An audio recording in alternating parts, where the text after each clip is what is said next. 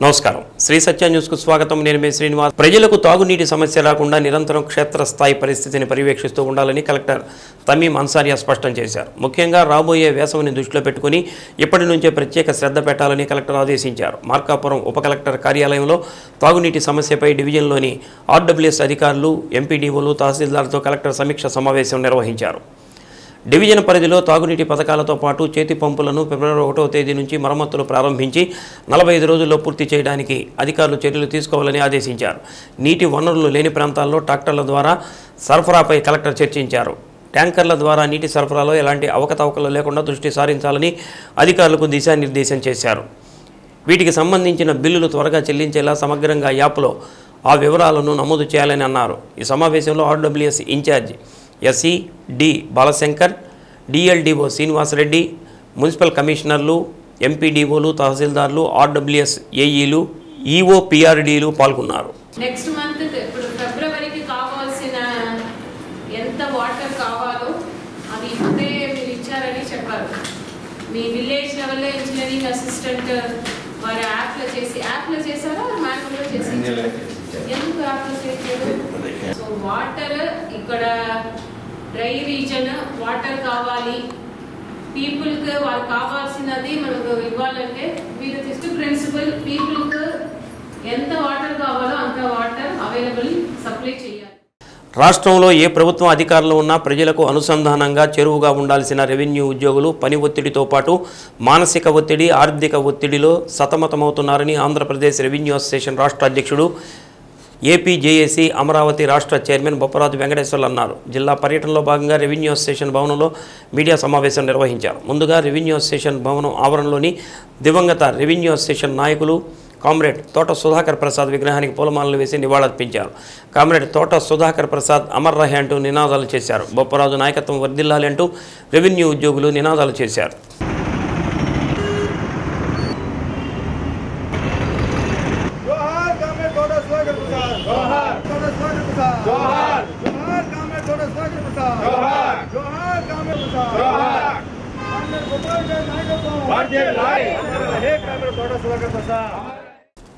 Revenue సదస్సులో వచ్చిన అనేక అర్జీలు వాటి పరిష్కారంతో పాటు రీసర్వేలో జరిగిన లోపాలు తిరిగి రీసర్వే కార్యక్రమం ఫ్రీ హోల్డ్ పరిష్కారాలు ఇలా అన్ని పనులు ఒకే దఫా చేయటం పని ఒత్తిడి తీవ్రంగా పెరిగిపోయిందని బొప్పరాజు అన్నారు గత ప్రభుత్వంలో సమయం ఇవ్వకుండా ఒత్తిడి చేయటం వల్ల తప్పిదాలు దొర్లిపోయాయని చెప్పినా పట్టించుకోలేదని అన్నారు ఆ ఒత్తిడి ఫలితంగానే మరలా తిరిగి తప్పులు చేయాల్సి వస్తుందని అన్నారు పని చేయటానికి సరిపడా సిబ్బంది మౌలిక సదుపాయాలు నిధులు సమకూర్చకుండా ఒత్తిడి చేయడం సరైన విధానం కాదని అన్నారు ఫిబ్రవరి 4వ తేదీ ఏపీ రెవెన్యూ అసోసియేషన్ రాష్ట్ర కార్యవర్గ సమావేశం 5వ తేదీన ఏపీ జేఏసీ అమరావతి 8వ వార్షికోత్సవం సందర్భంగా రాష్ట్ర కార్యవర్గ సమావేశాలు నిర్వహించి ఉద్యోగుల ఒత్తిడిపై ఒక నిర్ణయం తీసుకోవడంతో పాటు ఉద్యోగులు ఉపాధ్యాయులు పెన్షనర్ల సమస్యలపై చర్చించి ప్రభుత్వానికి తమ డిమాండ్లను తెలియజేస్తామని అన్నారు గత ప్రభుత్వం ఉద్యోగుల జీతాలతో పాటు దాచుకున్న డబ్బులు 25,000 కోట్లకు పైగా బకాయిలు ఉన్నాయని అసెంబ్లీ సాక్షిగా ముఖ్యమంత్రి చంద్రబాబు నాయుడు ఉద్యోగుల బకాయిలు ఉన్నమాట వాస్తవం అని ప్రకటించారని తెలిపారు ఇటీవల రాష్ట్ర ప్రభుత్వం పోలీసుల సరెండర్ లీవులతో పాటు ఉద్యోగులకు సుమారు 1,000 కోట్ల వరకు నిధులు విడుదల చేయడం జరిగిందని అన్నారు ఉద్యోగులు నిరాశలో ఉన్నారని పీఆర్సీ కమిషన్ను ప్రభుత్వం ఏర్పడి 7 నెలలైనా ఇంతవరకు నియమించలేదని అన్నారు 2023 జూలై నుంచి కొత్త పీఆర్సీ రావాల్సి ఉందని గత 7-8 నెలలుగా ఐఆర్ తీసుకోవాల్సిన ఉద్యోగులు తీసుకోలేకపోయారని అన్నారు హెల్త్ కార్డులు కాంట్రాక్టు ఉద్యోగుల క్రమబద్ధీకరణ వంటి అనేక సమస్యలు ఉన్నాయని వాటన్నిటికీ పరిష్కారం చూపాల్సిన అవసరం ఉందని తెలిపారు ఈ ప్రభుత్వం రావాలని కోరుకున్న ఉద్యోగుల సమస్యలపై ప్రభుత్వం ఇప్పటి వరకు ఒక్క పర్యాయమైన చర్చించలేదన్న భావన ఉద్యోగుల్లో నెలకొని ఉందని బొప్పరాజు అన్నారు సమావేశంలో జిల్లా రెవెన్యూ అసోసియేషన్ అధ్యక్షుడు పిన్నిక మధుసూదనరావు జిల్లా కార్యదర్శి వాసుదేవరావు కోశాధికారి ఓతకోలు శ్రీనివాసరావు ఏపీజేఏసీ మహిళా విభాగం అధ్యక్షురాలు Jayalakshmi Ongole division revenue association అధ్యక్షులు ఆంజనేయులు కలెక్టరేట్ యూనిట్ అధ్యక్షుడు సాయితో పాటు రెవెన్యూ ఉద్యోగులు పాల్గొన్నారు ఆంధ్రప్రదేశ్ రెవెన్యూ సర్వీస్ అసోసియేషన్ ప్రకాశం జిల్లా శాఖ అధ్యక్షులుగా మధు గారు అదేవిధంగా కార్యదర్శిగా వాసు గారి నాయకత్వంలో నూతనంగా ఏర్పడినటువంటి జిల్లా కార్యవర్గానికి అందరికీ ఆంధ్రప్రదేశ్ రెవెన్యూ సర్వీస్ అసోసియేషన్ పక్షాన రాష్ట్ర సంఘ పక్షాన వారికి శుభాకాంక్షలు తెలియజేస్తా ఉన్నాం ఉద్యోగులు సంబంధించి ప్రధానంగా రెవెన్యూ శాఖ ఉద్యోగులు తీవ్రమైనటువంటి పని ఒత్తిడితో సతమతమవుతూ ఉన్నారు. ఏ ప్రభుత్వాలు ఉన్నా రెవెన్యూ శాఖ ప్రజలకి అతి చేరువైనటువంటి శాఖ, ప్రజలకి నిత్యం అనుసంధానంగా ఉండాల్సినటువంటి రెవెన్యూ శాఖ మీద ప్రభుత్వం ప్రాధాన్యతమైనటువంటి కార్యక్రమాలు ఏదైతే పెడుతుందో వాటితో ఏ ప్రభుత్వంలో ఉన్నా మాకు తీవ్రమైనటువంటి పని ఒత్తిడి మాత్రం తప్పటం లేదు. గత ప్రభుత్వంలో హయాంలో ఏదైతే తీవ్రమైనటువంటి ఒత్తిడి పెట్టి టార్గెట్లు పెట్టి రెవెన్యూ శాఖ చేత పని చేయించారో ఆ చేయించే క్రమంలోనే ఆనాటి ప్రభుత్వం దృష్టికి కూడా చాలా స్పష్టంగా తీసుకెళ్ళాం. దానివల్ల జరిగినటువంటి చిన్న చిన్న లోపాలు కానీ పొరపాట్లు కానీ మరలా వాటిని సరిదిద్దుకోలేక మరలా ఇప్పుడు వచ్చినటువంటి వినతుల ద్వారా మరలా కార్యక్రమం మొదలైంది. సరే, ఎంత పని ఒత్తిడైనా భరించే శక్తి, భరించే అలవాటు, ఏ శాఖ పని చేయకపోయినా ఆ శాఖ పనులు సంబంధిత జిల్లా కలెక్టర్ గారు మాకు అప్పచెప్పినప్పుడు చేసేదానికి మేము సిద్ధమే. కానీ దానికి సరిపడ సిబ్బంది, సరిపడ మౌలిక సదుపాయాలు, ప్రధానమైనటువంటి నిధులు ప్రభుత్వం నుంచి వస్తున్నాయా? ఇది ప్రశ్న. దీనికి సంబంధించి మాకు పడుతున్నటువంటి ఇబ్బందులు కానివ్వండి, ఒత్తిడి కానివ్వండి, లేదా ఆర్థికపరమైనటువంటి ఒత్తిడులు కానివ్వండి, ఇటు మానసిక ఒత్తిడైనా ఆర్థికపరమైన ఒత్తిడైనా వీటన్నిటిని చర్చించుకునేదానికి 4వ తారీఖున, ఫిబ్రవరి 4వ తారీఖున రాష్ట్ర కార్యవర్గ సమావేశాన్ని 26 జిల్లాల నుంచి హాజరవుతున్నారు. ఆ కార్యవర్గ సమావేశంలో తీవ్రంగా ఈ అంశాల మీద చర్చించుకున్న తర్వాత మరి ప్రభుత్వానికి మేము ఏం చెప్పదలుచుకున్నామో ఆ రోజు నిర్ణయాలు తీసుకొని ప్రభుత్వం దృష్టికి తీసుకెళ్ళదలుచుకున్నాం. అందులో ప్రధానంగా చర్చ అంతా కూడా మా మీద పని ఒత్తిడి, మానసిక ఒత్తిడితో పాటు మా మీద విపరీతంగా ఆర్థికపరమైనటువంటి ఒత్తిడి వస్తుంది. అంటే ఎక్కడా కూడా ఏ పద్దు కింద ₹1 బడ్జెట్ కూడా మాకు ఇవ్వకుండా పనులు చేయమని చెప్తున్నారు ప్రభుత్వం. దీని మీద చర్చ చేస్తానికి సిద్ధమవుతున్నాం. అదేవిధంగా 5వ తారీఖున, ఫిబ్రవరి 5వ తారీఖున ఏపీజేఏసీ అమరావతి ఆవిర్భావ దినోత్సవం, 8వ ఆవిర్భావం. అంటే 8 సంవత్సరాలు పూర్తయి 9వ సంవత్సరాలకు వస్తుంది ఏపీజేఏసీ అమరావతి ఏర్పడి. కాబట్టి ఆ రోజున ఏపీజేఏసీ అమరావతి రాష్ట్ర కార్యవర్గ సమావేశం కూడా జరుగుతుంది. ఉమెన్ వింగ్ ఏదైతే ప్రతిష్టాత్మకంగా తయారు చేశామో 26 జిల్లాల నాయకత్వాన్ని, మహిళా విభాగం, ఏపీజేఏసీ అమరావతి మహిళా విభాగం 26 జిల్లాల నాయకత్వం వాళ్ళు కూడా ఆ రోజు హాజరవుతారు. కాబట్టి ఆ 5వ తారీఖున ఉద్యోగులు, ఈ రాష్ట్రంలో పనిచేస్తున్నటువంటి లక్షలాది మంది ఉద్యోగులు, ఉపాధ్యాయులు, అదేవిధంగా విశ్రాంత అంటే పెన్షనర్లు, కాంట్రాక్ట్ అవుట్సోర్సింగ్ ఉద్యోగులు సమస్యలు మీద ప్రధానంగా చర్చ చేయబోతా ఉన్నాం. అనంతపురంలోని నారాయణ కాలేజీలో ఫీజుల ఒత్తిడి భరించలేక కాలేజీ భవనం నుంచి దూకి విద్యార్థి ఆత్మహత్య చేసుకున్న ఘటన బాధాకరమని ఎస్ఎఫ్ఐ రాష్ట్ర ఉపాధ్యక్షుడు సిహెచ్ వినోద్ పేర్కొన్నారు. మంత్రి నారాయణను బర్తరఫ్ చేయడంతో పాటు నారాయణ విద్యాసంస్థల యాజమాన్యంపై క్రిమినల్ కేసులు నమోదు చేయాలని డిమాండ్ చేశారు. ఒంగోలులోని నారాయణ విద్యాసంస్థల ఎదుట ఎస్ఎఫ్ఐ పీడీఎస్యూ ఆధ్వర్యంలో ఆందోళన చేపట్టారు. కార్యక్రమంలో పీడీఎస్యూ రాష్ట్ర అధ్యక్షుడు ఎల్ రాజశేఖర్, జిల్లా కార్యదర్శి జి వెంకటేష్, ఎస్ఎఫ్ఐ జిల్లా కార్యదర్శి బి వీరాస్వామి, మనోహర్, ఆనంద్, విజయ్, విక్రమ్ తదితరులు పాల్గొన్నారు.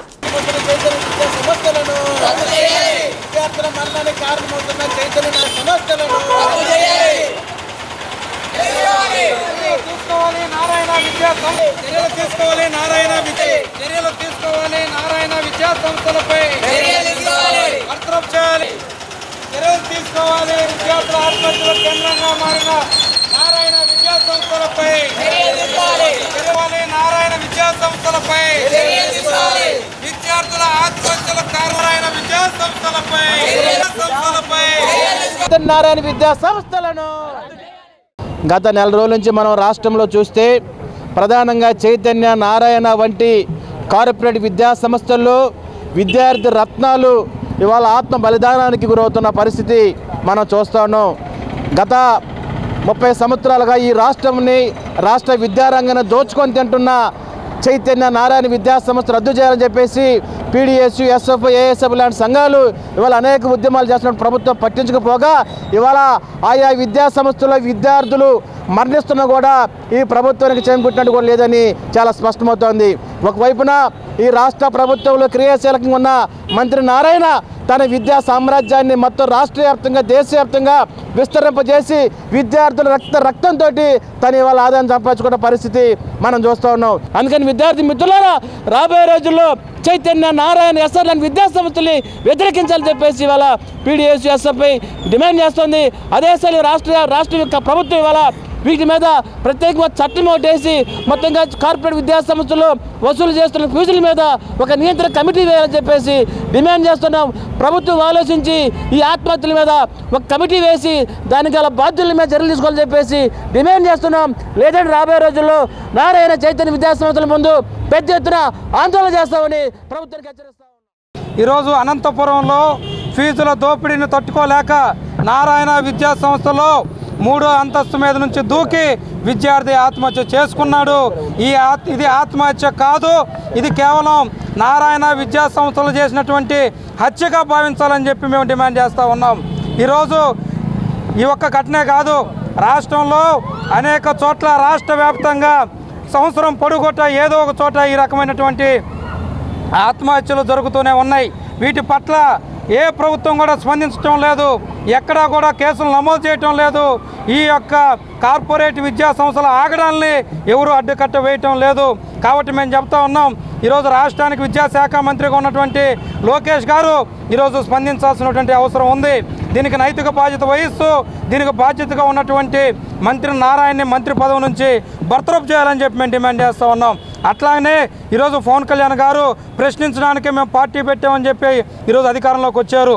ఎక్కడో తిరుపతి లడ్డులో చిన్న కల్తీ జరిగిందని రాష్ట్ర వ్యాప్తంగా గొగ్గోలు పెట్టినటువంటి పవన్ కళ్యాణ్ గారు ఈరోజు ఒక విద్యార్థి ఆత్మహత్య చేసుకుంటే కనీసం స్పందించడం లేదు.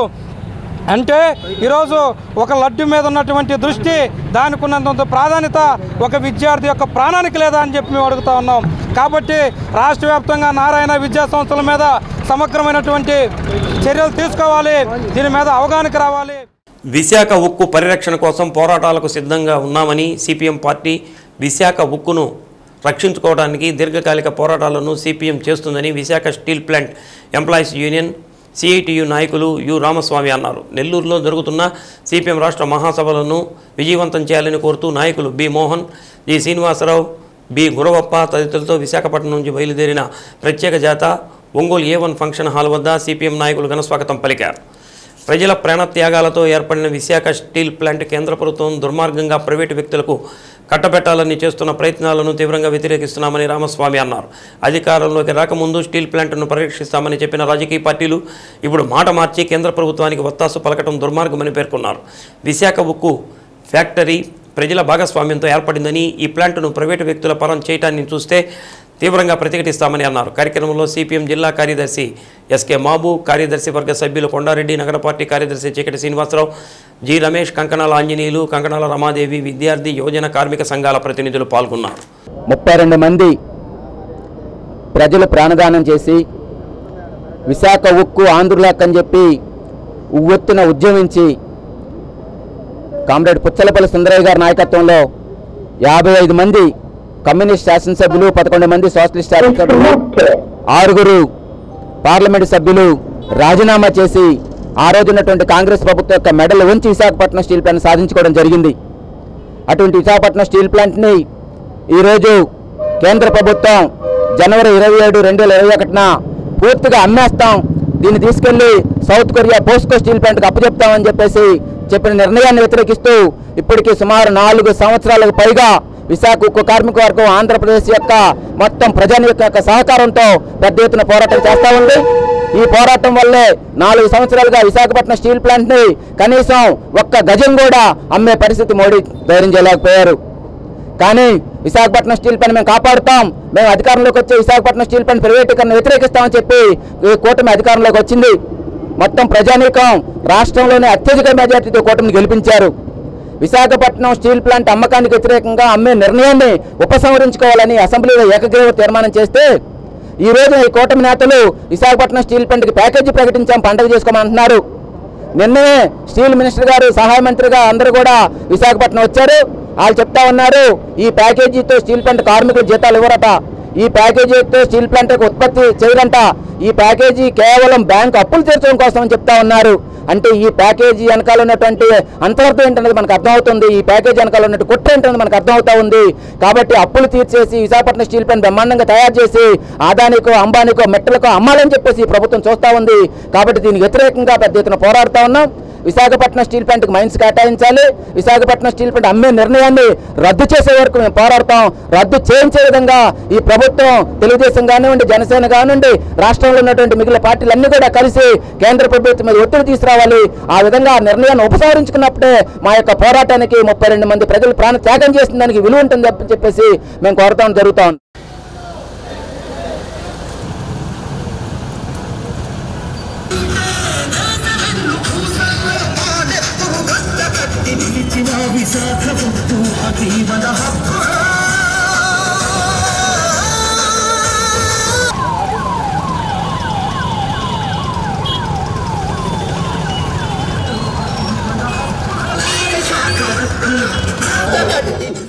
బాల్య వివాహాల నివారణకు గ్రామ స్థాయి నుంచి మండల డివిజన్ స్థాయి అధికారులు అందరూ సమన్వయంతో కలిసి పనిచేయాలని కలెక్టర్ తమీమ్ అన్సారీ అన్నారు. బాలికలకు స్వేచ్ఛ, సాధికారతకు ప్రాధాన్యత ఇస్తున్నట్టు తెలిపారు. మార్కాపురంలోని సౌజన్య కళ్యాణ మండపంలో డివిజన్లోని 13 మండలాలకు చెందిన అన్ని శాఖల అధికారులతో బంగారు బాల్యంపై సమీక్షా సమావేశంతో పాటు అవగాహన సదస్సు నిర్వహించారు. విద్యార్థుల డ్రాప్ అవుట్స్ను నివారించడంతో పాటు బంగారు బాల్యం కార్యక్రమంపై వారికి అవగాహన కల్పించేలా జిల్లాలోని ప్రతి పాఠశాలలో ఒక ఉపాధ్యాయుడిని నోడల్ అధికారిగా నియమించేలా ఆదేశాలు జారీ చేసినట్టు తెలిపారు. ప్రతి మహిళ, పోలీసు తన పరిధిలో ఉన్న బాలికల వివరాలతో ప్రత్యేక రిజిస్టర్ నిర్వహించాలని వారిని ఆదేశించారు. కార్యక్రమంలో ICDS PD Hena Sujan, DCPO Dinesh Kumar, DSP U Nagaraju, DLDO Srinivasareddy, సాట్స్ స్వచ్ఛంద సంస్థ ప్రతినిధి సునీల్, తహసీల్దార్ చిరంజీవి అధికారులు పాల్గొన్నారు.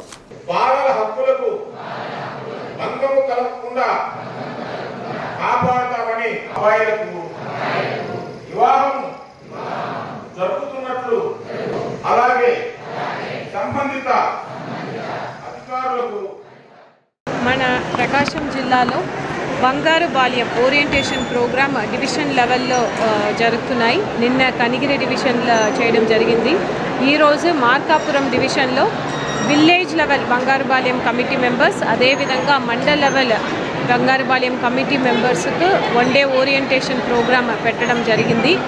దీంట్లో ఈ బంగారు బాల్యం ప్రోగ్రాం గురించి వివిధ అంశాలపై వారందరికీ కూడా అవగాహన కల్పించడం జరిగింది. దాంట్లో ముఖ్యంగా చైల్డ్ మ్యారేజ్, మన ప్రకాశంలో ఎక్కువ చైల్డ్ మ్యారేజ్ జరుగుతున్నాయి కాబట్టి దాంటిని ఆపడానికి ప్రత్యేకంగా చైల్డ్ మ్యారేజ్ యాక్ట్ గురించి ప్రతి ఒక్క village level committee members, mandal level committee members వారికి ఒక బాధ్యతల గురించి వారికి డీటెయిల్డ్గా చెప్పడం జరిగింది. అదే తప్ప child related other acts, child labour acts, child trafficking acts, అదేవిధంగా జువెనైల్ జస్టిస్ యాక్ట్ గురించి అందరికీ కూడా ఈరోజు డీటెయిల్గా ఎన్డీఏ కూటమి ప్రభుత్వం సూపర్ 6 పథకాలు అమలు చేయడంలో విఫలమైందని మాజీ మంత్రి కొండపి నియోజకవర్గ వైసీపీ సమన్వయకర్త ఆదిమూలపు సురేష్ విమర్శించారు. సింగరాయకొండలోని పార్టీ కార్యాలయంలో మీడియా సమావేశం నిర్వహించారు. కరోనా వంటి క్లిష్ట పరిస్థితుల్లో సైతం ఇచ్చిన మాట మీద నిలబడి సంక్షేమ పథకాలను అందించిన ఘనత జగన్మోహన్ రెడ్డికి దక్కుతుందని సురేష్ అన్నారు. ప్రజలకు ఇచ్చిన హామీలను దాటవేయాలని, సంపద సృష్టి పేరుతో 2047కి వృద్ధి రేటు పెంచుతామని కల్లబుల్లి మాటలు చెబుతున్నారని పేర్కొన్నారు. ఏరు దాటిన తర్వాత తెప్ప తగలబెట్టే చందంగా అధికారం వచ్చిన తర్వాత పథకాలు అప్పుల పేరుతో ఎగగొట్టాలని చూస్తున్నారని పేర్కొన్నారు. విజయసాయిరెడ్డి పార్టీని వేడటం పూర్తిగా ఆయన వ్యక్తిగతమని అన్నారు. ఆయన నిర్ణయాన్ని మేము గౌరవిస్తున్నామని తెలిపారు. విజయసాయిరెడ్డి పార్టీకి చేసిన సేవలు మరువలేనివని ఆదిమూలపు సురేష్ అన్నారు. 1,00,000 కోట్ల పచ్చిలు. ఈ నేపథ్యంలో మేము ఈ హామీలు సూపర్ 6 లేవి కానీ నెరవేర్చే పరిస్థితి ఇప్పుడు లేదని చెప్పడం సిగ్గుచెట్టు. పూర్తి దగా, నయవంచన, నమ్మక ద్రోహం. ఈ రాష్ట్ర ప్రజలను నమ్మించి ఎంతో మరి ఆశలతోటి ఎదురు చూస్తున్నటువంటి కోట్లాది మంది ప్రజలకు, మహిళలకు, విద్యార్థులకు, రైతాంగానికి, యువతకు మొండి చేయి చూపిస్తూ వారి ఆశల మీద నీళ్లు చల్లుతూ వారి ఆశలను అడియాశలు చేసినటువంటి ఈ ప్రభుత్వాన్ని ఏమనానా అని చెప్పి నేను ప్రశ్నిస్తా ఉన్నా. 13.5 లక్షల కోట్లు తెలిసినారు. ఈ రాష్ట్ర అప్పు 13.5 లక్షల కోట్లు తెలిసి ఇంత అప్పు ఉంది, ఇంకా ఏమైపోతుందో మాకు తెలియదని చెప్పినటువంటి వ్యక్తులు మేము వస్తే అధికారంలో ఇంకా బ్రహ్మాండంగా చేస్తాం, ఇంకా ఈ సంక్షేమ కార్యక్రమాలు తీసుకొస్తాం, వైసీపీ ప్రభుత్వం ఇచ్చిన దానికన్నా మిన్నగా కార్యక్రమం తీసుకొచ్చి యువతకు భవితవ్యం, మరి ముఖ్యంగా వారికి ఉద్యోగావకాశాలు లేకపోతే నిరుద్యోగ వృత్తి కానివ్వండి, ప్రతి పిల్లాడికి బడిపోయే పిల్లాడికి ప్రతి ఒక్క పిల్లాడికి 15,000 రూపాయలు కానివ్వండి, ప్రతి మహిళకు నెలకు 1,500 రూపాయలు కానివ్వండి, గ్యాస్ కానివ్వండి, ఉచిత బస్సు కానివ్వండి, ఇట్లా చెప్పుకుంటూ అన్నీ ఇస్తాం అని చెప్పినప్పుడు మీకు ఆర్థిక పరిస్థితి మీకు తెలియదా అని చెప్పి నేను ప్రశ్నిస్తా ఉన్నాను. రాష్ట్రంలో 12.5 లక్షల కోట్ల అప్పులు ఉన్నాయని చెప్పి మీరే అన్నారు కదా. 12.5 లక్షల కోట్లు ఒకసారి అన్నారు, 13.5 లక్షల కోట్లు కూడా అన్నారు, 10 లక్షల కోట్లు అన్నారు. ఇవన్నీ చెప్పింది మాటలు మీరే కదా. అందరికన్నా ఎక్కువగా బాగా దగ్గరుండి లోతుగా 5 సంవత్సరాల పాటు ఈ ఆర్థిక వ్యవస్థ మీద మీరు అధ్యయనం చేసి మీరు కానివ్వండి, జనసేన నాయకులు కానివ్వండి, బీజేపీ వాళ్ళు కానివ్వండి, ఉన్న పరిస్థితి ఏదైతే ఉందో అప్పుడు కరోనా కష్టకాలంలో కానీ ఆర్థిక వ్యవస్థ పూర్తిగా చిన్నాభిన్నమైనటువంటి పరిస్థితుల్లో అప్పటి ముఖ్యమంత్రి గారు జగన్మోహన్ రెడ్డి గారు ఏ విధంగా సంక్షేమ పథకాలు పట్టుకొచ్చిన విషయాల్ని ఒకసారి మనం గమనించుకోవాలి, మననం చేసుకోవాల్సినటువంటి అవసరం ఉంది. ఆ సమయంలో మీరు చేసినటువంటి వ్యాఖ్యలు చంద్రబాబు నాయుడు గారు కానివ్వండి, లోకేష్ కానివ్వండి, వారి పాదయాత్రలో లేకపోతే యువగలం కార్యక్రమాల్లో వివిధ సందర్భాల్లో ఈ రాష్ట్రం అప్పుడు 1924 మధ్యలో ఇది మరో శ్రీలంక అవుతుంది. ఈ రాష్ట్రం అప్పుల పాలైంది. ఈ రాష్ట్రంలో మరి ఆర్థిక పరిస్థితి పూర్తిగా చిన్నాభిన్నమైపోయింది. శ్రీలంక ఆర్థిక పరిస్థితికి మరి కూతవేట్లో ఉందని చెప్పి పవన్ కళ్యాణ్ ట్వీట్ చేయడం.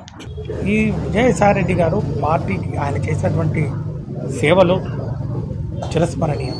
ముఖ్యంగా ఆయనతో పాటు మేము ఉన్నాం కాబట్టి పార్టీకి ఆయన అందించినటువంటి సేవలు, ముఖ్యంగా జగన్మోహన్ రెడ్డి గారు మా పార్టీ అధినేతనే ఆయన్ను ఒక మూలస్తంభంగా ఈరోజు ఉద్ధరించినారంటే ఆయన యొక్క ఉనికి కానివ్వండి, ఆయన యొక్క ప్రభావం కానీ పార్టీ మీద ఎంతవరకు ఉందో మీకు తెలుసు.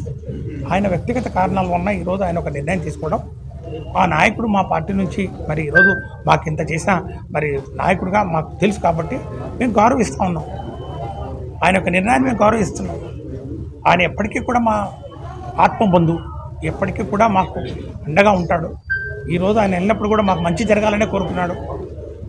మా నాయకుడికి ఈరోజు ఆయన పరిపూర్ణమైనటువంటి మరి దీవెనలు, కృతజ్ఞతలు తెలియజేస్తూ అలాంటి వాళ్ళు 1000 మంది పోయినా కూడా జగన్మోహన్ రెడ్డి గారికి దగ్గర ఆయన ఆ యొక్క ఆదరణ కానివ్వండి, అది కానివ్వండి తగ్గదని చెప్పినప్పుడు హోమ్ మినిస్టర్ గారు నోరు పారు చేసుకోవడం అనేది అంత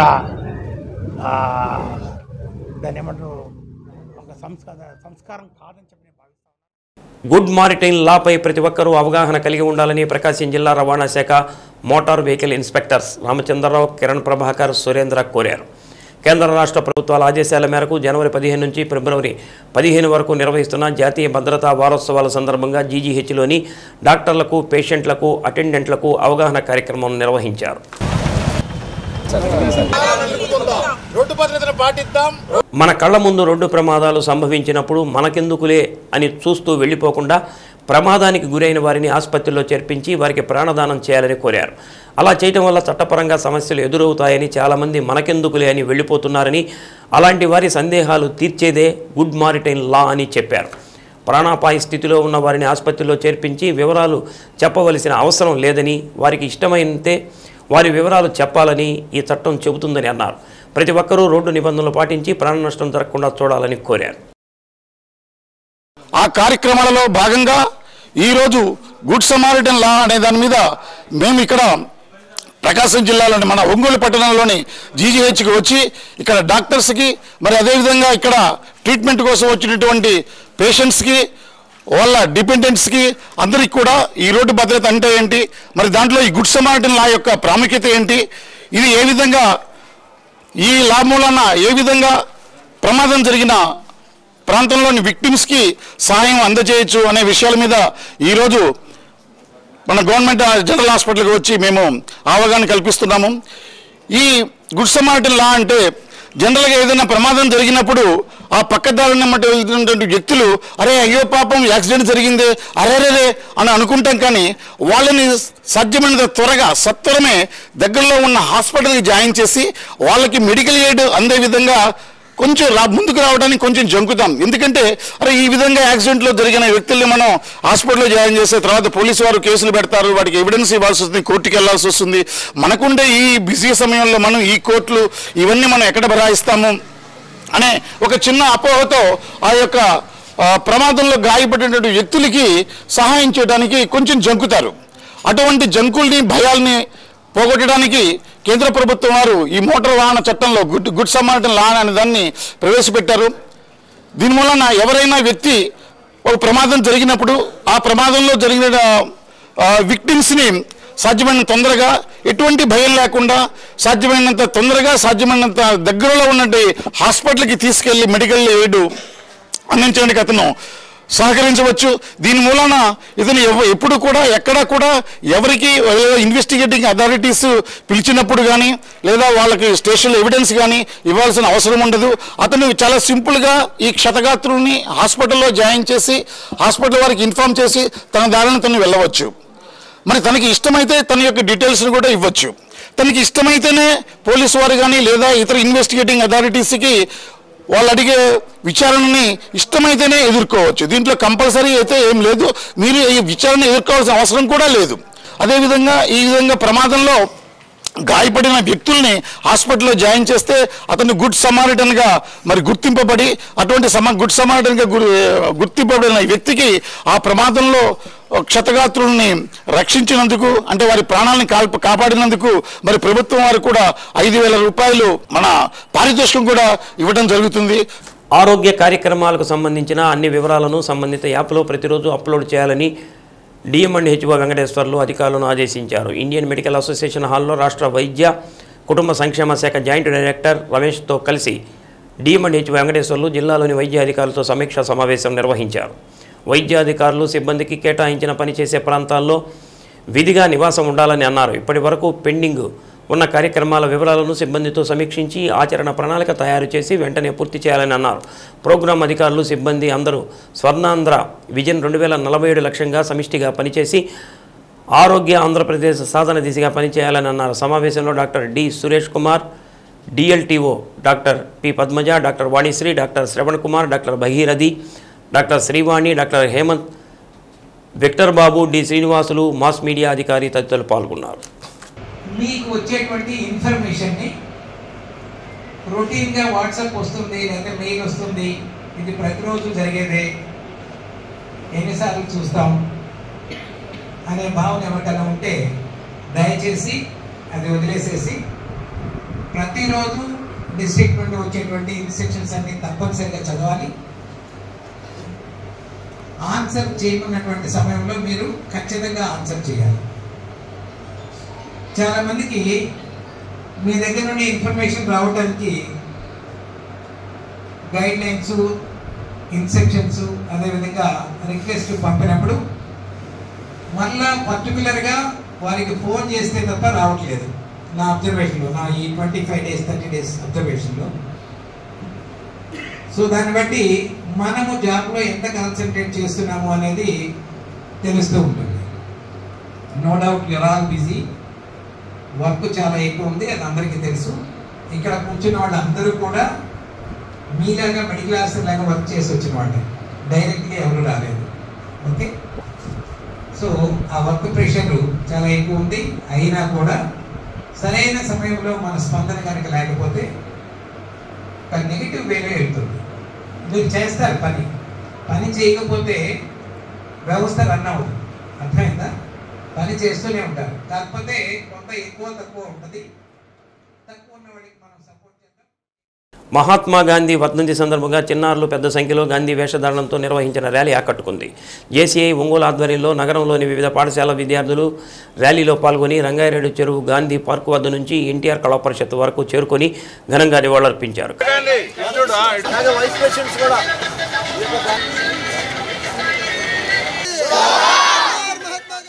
కార్యక్రమంలో జేసీఐ అధ్యక్షుడు ఎంవి సుబ్బారావు, జేసీఐ నాయకులు వెన్నపూస శ్రీరాములు రెడ్డి, పిడుగు జాలిరెడ్డి, నైనాల రామకృష్ణ, శివకోటిరెడ్డి, శబరినాథ్, వరుణ్, సాత్విక్రాజ్, రవికుమార్, బ్రహ్మయ్య, ఇస్మాయిల్, సోమినేని సురేష్, తన్నీరు సురేష్, పవన్, ఈపూరి శివప్రసాద్ తదితరులు పాల్గొన్నారు. గాంధీ పార్కులోని గాంధీ గారి వర్ధంతి 78వ వర్ధంతి మా జేసీ స్కూలు ఇంక్లూడింగ్ అయిన స్కూళ్ళతోటి 108 మంది గాంధీలతోటి మేము ఘనంగా నివాళులు అర్పించి ఈరోజు ఎన్టీఆర్ కళా పరిషత్తులో గాంధీలతో ర్యాలీ ప్రదర్శన చేసి గాంధీ గారు తెచ్చిన మన స్వతంత్రాన్ని తెలియచేద్దామని వారికి ఘన నివాళులు అర్పించాలని ర్యాలీగా బయలుదేరుతున్నాము. ఈరోజు గాంధీజీ చేసిన ఒకే ఒకటి సత్యమేవ జయతి కావచ్చు, అహింసని ఒక ఆయుధాలుగా తీసుకొని ప్రపంచానికే ఒక నాంది పలికిన ఒక మహా నాయకుడు. ఈరోజు ఆయన్ని ఆదర్శంగా తీసుకొని ఎన్నో దేశాలు ఈరోజు సార్వభౌమత్వానికి ఈరోజు నాంది పలికినాయి. ఈరోజు భారతదేశంలో ఒక గొప్ప ఆదర్శనీయులలో మొట్టమొదటిగా మనం గాంధీ గారినే చెప్పుకుంటాము ఈరోజు జాతిపిత అని. కాబట్టి ఆయనకి మంచి ఘన నివాళులు తెలిపిన జేసీ వారికి, మన సుబ్బారావు వారి టీం వాళ్ళందరికీ అభినందన తెలియజేస్తాం.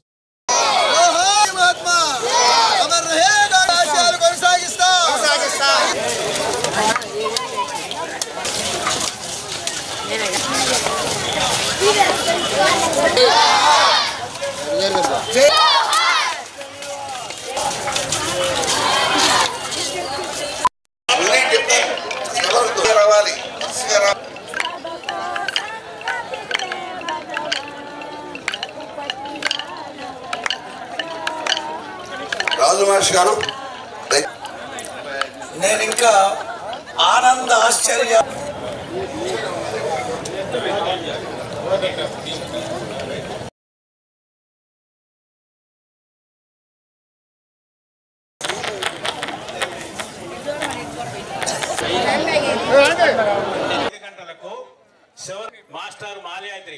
ఫోటో అంటే ఇష్టం ఉండనిది ఎవరికి?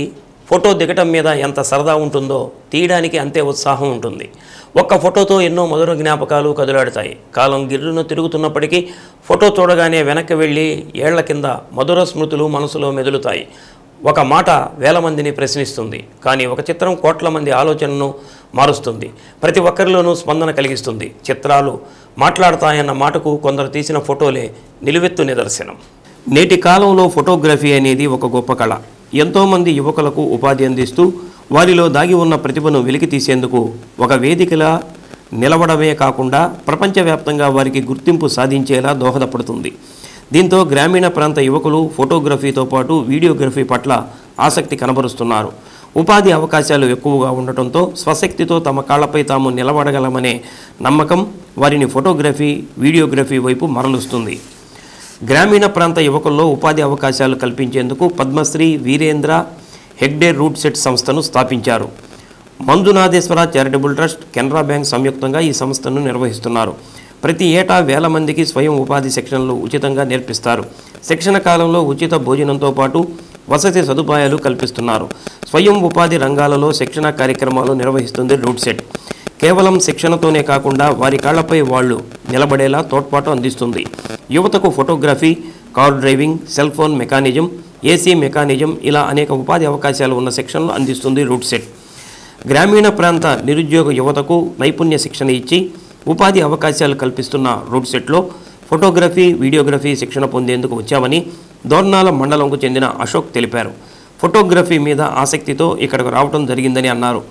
ఇంతకుముందు దీనిపై అవగాహన లేదని, ఇక్కడికి వచ్చాక ఫోటో కెమెరాల వివరాలు, వీడియో కెమెరాలు ఎన్ని ఉన్నాయనేది తెలుసుకోవడం జరిగిందని అన్నారు. నెల రోజుల్లో ఎలా నేర్చుకోగలమనే భావనతో వచ్చామని, శిక్షకులు నెల రోజుల్లో దగ్గర ఉండి మంచి శిక్షణ ఇచ్చారని అన్నారు.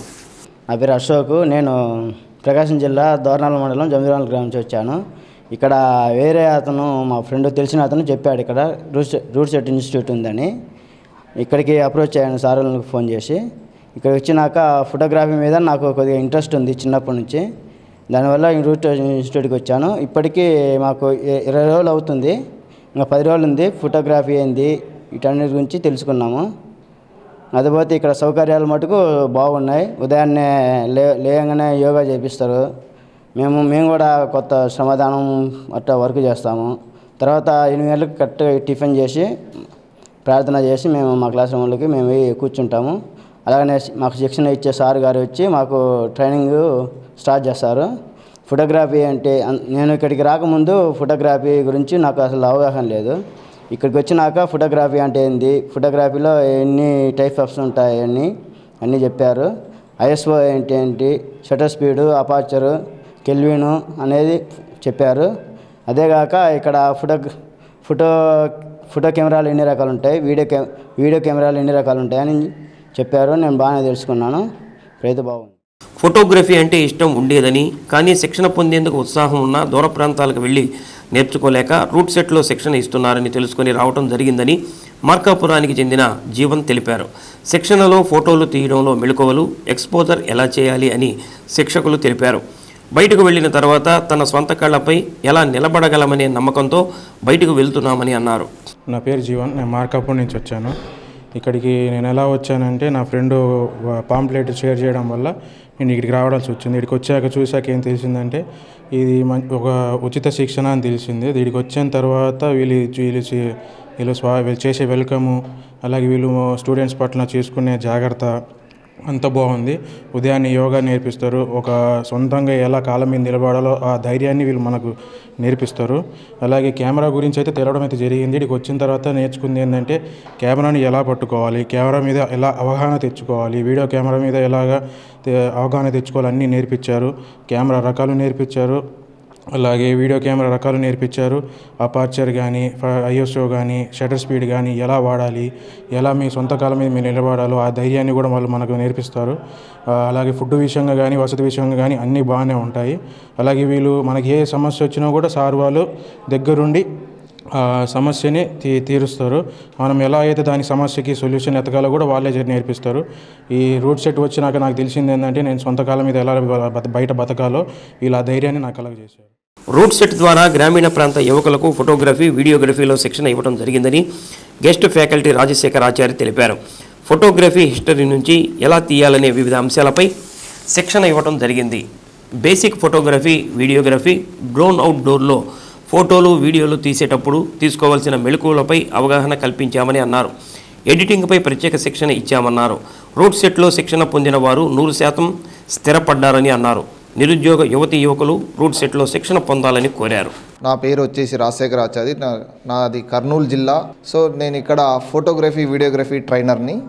ఇక్కడ నేను దాదాపు 2016 నుంచి RCT, route city, AP and తెలంగాణలో నేను ఫోటోగ్రఫీ శిక్షణకు ట్రైనింగ్స్ ఇస్తూ ఉంటాను. ఇక్కడ స్పెసిఫిక్గా ఈ యొక్క ఫోటోగ్రఫీ ట్రైనింగ్లో బేసిక్ ఫోటోగ్రఫీ అంటే ఈ యొక్క ఫోటో కెమెరా బేసిక్గా ఎక్కడి నుంచి వాడాలి, ఎలా వాడాలి, సో దానిపైన మనకి photography and videography and drone, Photoshop ఇవన్నీ కూడా ఈ 1 month పీరియడ్లో వీళ్ళకి ఇక్కడ ట్రైనింగ్ ఇచ్చేసి సో యువత వాళ్ళ కాళ్ళపైన వాళ్ళు నిలబడి ఈ యొక్క ప్రొఫెషనల్గా ఎదగడానికి మంచి అవకాశం ఉంది. అదేవిధంగా ఇక్కడ యాక్చువల్గా అంటే నేను 2015లో నేను కూడా ఒక ట్రైనీని, 2015 నుంచి 2016 నుంచి నేను ట్రైనర్గా మారి బెంగళూరుకు వెళ్ళి ఎన్ఐఆర్లో ట్రైనింగ్ తీసుకున్న తర్వాత అక్కడ వాల్యుబుల్ సర్టిఫికేట్తో ఏపీ, తెలంగాణలో నేను సక్సెస్ అయ్యి ఈరోజు ఈ స్థాయికి వచ్చానండి. అదేవిధంగా మనం ఈరోజు ఈ స్థాయిలో ఇక్కడ నిలబడి మాట్లాడుతున్నానంటే మనకు ఆర్సిటీ, రూట్ సిటీ సంస్థల యొక్క మహాభాగ్యమని చెప్పుకోవాలి. ఈ ఇన్స్టిట్యూట్లో ట్రైనింగ్ తీసుకున్న ట్రైనీస్ అందరూ కూడా ఆల్మోస్ట్ ఆల్ సక్సెస్ 100% అవుతారు. వాళ్ళ కాళ్ళపైన వాళ్ళు నిలబడడానికి సంస్థ వాళ్ళు, డైరెక్టర్సు, స్టాఫ్ కూడా అందరూ కూడా సహకరించి ముందుకు వెళ్ళడానికి వీళ్ళకు అవకాశాలు అనేది చూపిస్తారు. అదేవిధంగా బ్యాంక్ లోన్స్ కూడా తీసుకోవడానికి ఈ రూట్ సిటీ, ఆర్సిటీ సంస్థలో ట్రైనింగ్ తీసుకున్న ట్రైనీస్కి చాలా అవకాశాలు ఉంటాయి. సో ఎక్స్పెషల్గా చెప్పడం ఏమంటే నిరుద్యోగ యువత మొత్తం కూడా అంటే ఫోటోగ్రఫీనే కాకుండా చాలా రకాలైన ట్రైనింగ్స్ ఇక్కడ ఇస్తున్నారు. కాబట్టి స్త్రీలకు కానీ పురుషులకు కానీ ఇక్కడ ట్రైనింగ్ తీసుకోవడం వల్ల చాలా లాభదాయకంగా ఉంటుంది. సో కాబట్టి ఈ అవకాశాన్ని మీరందరూ కూడా సద్వినియోగం చేసుకోవాలని మరీ కోరుతున్నాను. Route city Ongole. వైద్య శిబిరాల్లో గుర్తించిన అర్హులైన వయోవృద్ధులు, విభిన్న ప్రతిభావంతులు, దివ్యాంగులకు 30 రోజుల తర్వాత ఉచితంగా ఉపకరణాలు అందజేస్తామని ఎమ్మెల్యే ముక్కు ఉగ్ర నరసింహారెడ్డి అన్నారు. అమరావతి మైదానంలో జిల్లా వికలాంగుల సంక్షేమ సంఘం ఆలిమో ఎమ్మెల్యే ఉగ్ర ఆధ్వర్యంలో దివ్యాంగులు, వయోవృద్ధులకు అవసరమైన ఉపకరణాల గుర్తింపు శిబిరాన్ని ఏర్పాటు చేశారు. సేవే లక్ష్యంగా వేర్వేరు వైద్య శిబిరాలు నిర్వహిస్తున్నట్లు ఎమ్మెల్యే తెలిపారు. కార్యక్రమంలో దివ్యాంగుల సంక్షేమ శాఖ సహాయ సంచాలకులు జి అర్చన, మానవతా సంస్థ జిల్లా అధ్యక్షుడు సోమిశెట్టి నాయకులు షంషీర్ అహ్మద్, రెహమాన్, కరి దొరసాని, అమ్ములు తదితరులు పాల్గొన్నారు. కనిగిరి పట్టణంలోని అమరావతి మైదానంలో జిల్లా వికలాంగుల సంక్షేమ శాఖ ఎలింకో సహకారంతో ఎమ్మెల్యే ముక్కు ఉగ్ర నరసింహారెడ్డి దివ్యాంగులకు ఉచితంగా 5 వీల్ చైర్లు పంపిణీ చేశారు.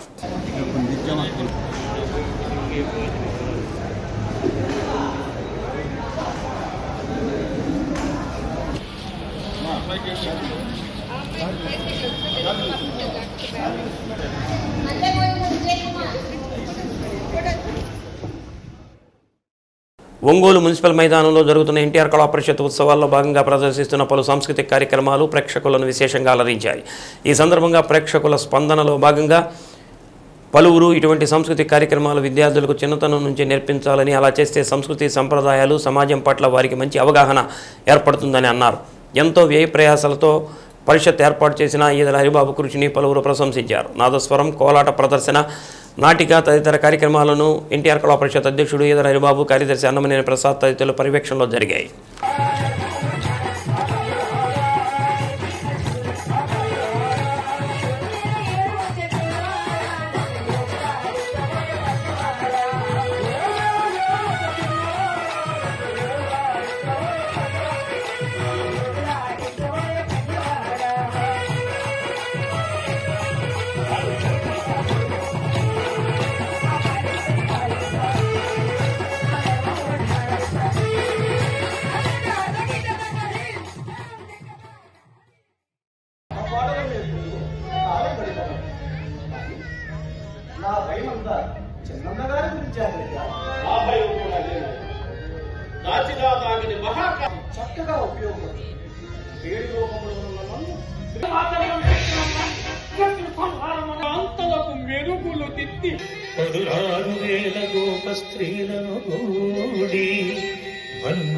వికరించు మహిమ చేరలయు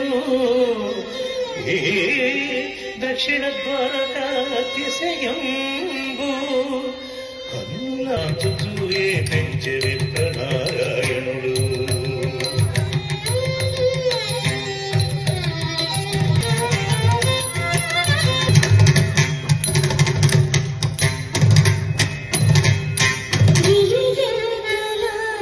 మనుకి నేను చూడమ్మా రామన్న తెలుపదా అన్నా నిజను విని యశోద ఏరన్నా నీ నోరు చూపుమనగా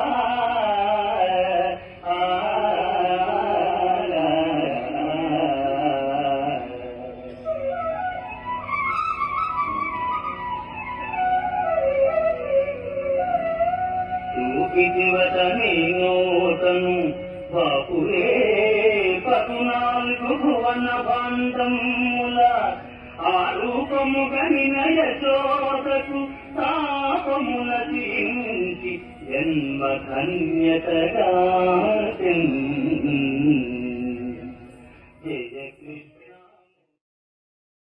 కేశవస్వామిపేటలోని శ్రీ ప్రసన్న చెన్నకేశవస్వామివారి దేవస్థానంలో మాఘమాసం పాడ్యమి తిథి శ్రవణ నక్షత్రం సందర్భంగా శ్రీనివాస కళ్యాణాన్ని వైఖానస ఆగమయుక్తంగా నిర్వహించారు. శ్రీదేవి భూదేవి సమేత శ్రీనివాస స్వామి ఉత్సవ మూర్తులను మండపంపై కొలువు తీర్చి సుందరంగా అలంకరించి కళ్యాణాన్ని జరిపించారు. కన్యాదానం, పట్టు వస్త్రాల సమర్పణ, మాంగళ్యధారణ, మాల మార్పిడి వంటి కార్యక్రమాలను నయన మనోహరంగా జరిపించారు.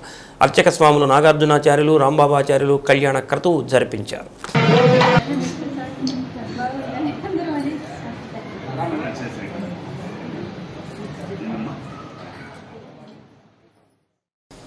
ప్రవాస భారతీయులు మన్సూర్ మొహిద్దీన్ స్నేహితురాలు రూపేందర్ సహకారంతో ఐవైఎస్ రక్షక్ ఫౌండేషన్ ఆధ్వర్యంలో చైతన్య బదిరుల పాఠశాలలో చిన్నారులకు కావలసిన నిత్యావసరాలు అన్నదాన కార్యక్రమం నిర్వహించారు. కార్యక్రమంలో ఫౌండేషన్ చైర్మన్ కాసింబోలి మాట్లాడుతూ దివ్యాంగులైన చిన్నారులతో గడపడం చాలా ఆనందంగా ఉందని అన్నారు. స్కూల్ యాజమాన్యానికి ఇంతటి మహత్ కార్యాన్ని తన చేత చేయించినందుకు ప్రవాస భారతీయులు మొహిద్దీన్, రూపేందర్లకు కృతజ్ఞతలు తెలిపారు.